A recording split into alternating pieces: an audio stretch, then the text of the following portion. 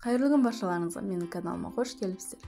Бүгін сіздермен бірге өте дәмді болып шығатын, үйде бар заттармен жасалынатын, балалардың сүйіп жейтін печеньесін дайындайтын боламын. Осы рецепт бойынша жасап көріңіздер, соңына дейін қараңыздар. Ең алдымен ерітілген сары майымыздың үстіне кішкене тұз саламыз. Үстіне қант салып араластырып аламыз. Қантымыз еру керек. Оның үстіне 2 дана жұмыртқамызды саламыз. Тағы араластырып аламыз. Және осының үстіне 1 шай қасық разрыхитель, үстіне ұнымыздың жартысын салып араластырып аламыз.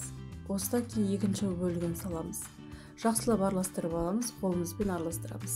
Бізде қолға жабыспайтын, бірақ жұмсақ, әдемі қамыр шығу керек.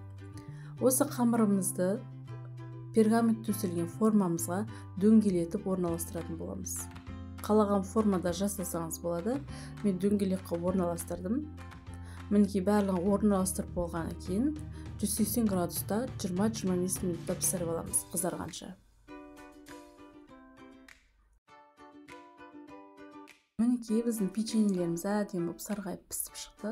Печеньелерімізді енді суытуға қоямыз. Бетін әрлеу үшін мен шоколадты алдым. Шоколад бетіне кішкене сұйық май қойып, отты баняға қойып ертіп аламыз. Мінекей біздің печеньелеріміз суып шықты. Шоколадымыз мінекей осындай сұйық болып шықты. Осы шоколадымызды бір шетке қойып, печеньелерімізді осындай бетін батырып шығамыз шоколадқа. Мінекей осындай шоколадтың ізі қалатын болады. Осылайша барлығын батырып шығамыз.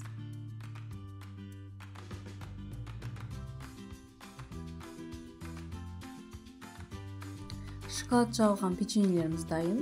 Енді үстіне мен жаңғақ себетін боламын. Өз қалауларыңызша сеппесеңіздер де болады, или басқа нәрседе сепсеңіздер болады. Мінекей осындай біздің печеньелеріміз дайын болды. Әдемі, дастархан сәнін келтіретін, балалардың сүйіп жейтін печеньесі. Осы рецепт бойынша жасап көріңіздер. Соңына дейін көргендеріңізге көп рахмет. Каналыма тіркеліп, лайк басып, комментарий қалдырып кетіңіз.